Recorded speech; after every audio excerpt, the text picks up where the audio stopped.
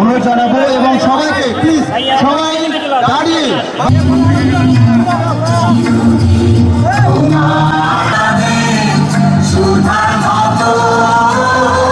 এরকম একটি টুর্নামেন্টে আপনারা আমাকে গেস্ট হিসেবে আমাদের জানিয়েছেন। চাঁপাইনবাবগঞ্জ নয়, উত্তরবঙ্গ নয়, পুরো বাংলাদেশের ইতিহাসে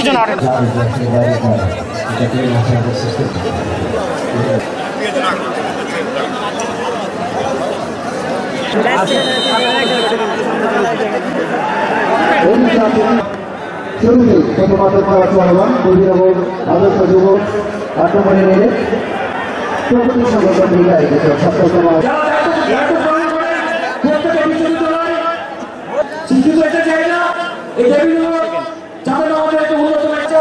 ফুটবল এরকম আয়োজন চলে যাক। আমাদের এরকম আয়োজন দেখতে চান, আমাদের কর্মসূচি চান, আমরা রাজি আছি। কারণ আমার চারা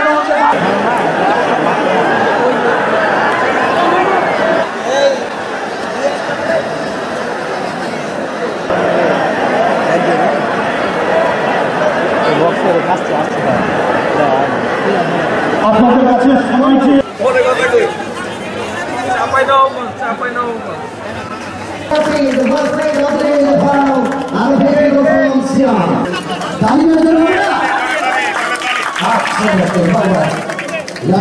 আমরা ক্রীড়া বিশেষ করে ফুটবলের মানটাকে আরও উন্নত করার জন্য কাজ করে যাচ্ছি এবং তৃণমূল পর্যায়ে ছড়িয়ে যাওয়ার জন্য আমরা কাজ করে যাচ্ছি, যেখানে আমাদের গ্রাসরুটস লেভেল কোচিং হচ্ছে, গ্রাসরুটস লেভেল রেফারিং হচ্ছে এবং যেসব জায়গায় এরকম দেবীনগরের স্কুলে যেরকম মাঠ আছে, একটু আগে আমি স্কুল কমিটির সাথে এবং আমাদের এমপি সাহেবের সাথে কথা বলেছি যে এই মাঠটাকে কীভাবে আরেকটু মেনটেন্যান্স হাইগ্রেড করা যায় এবং অত্র এলাকাতে ছোটো ছোটো স্টেডিয়াম কেমনি আবার নির্মাণ করা যায় যৌথ উদ্যোগে।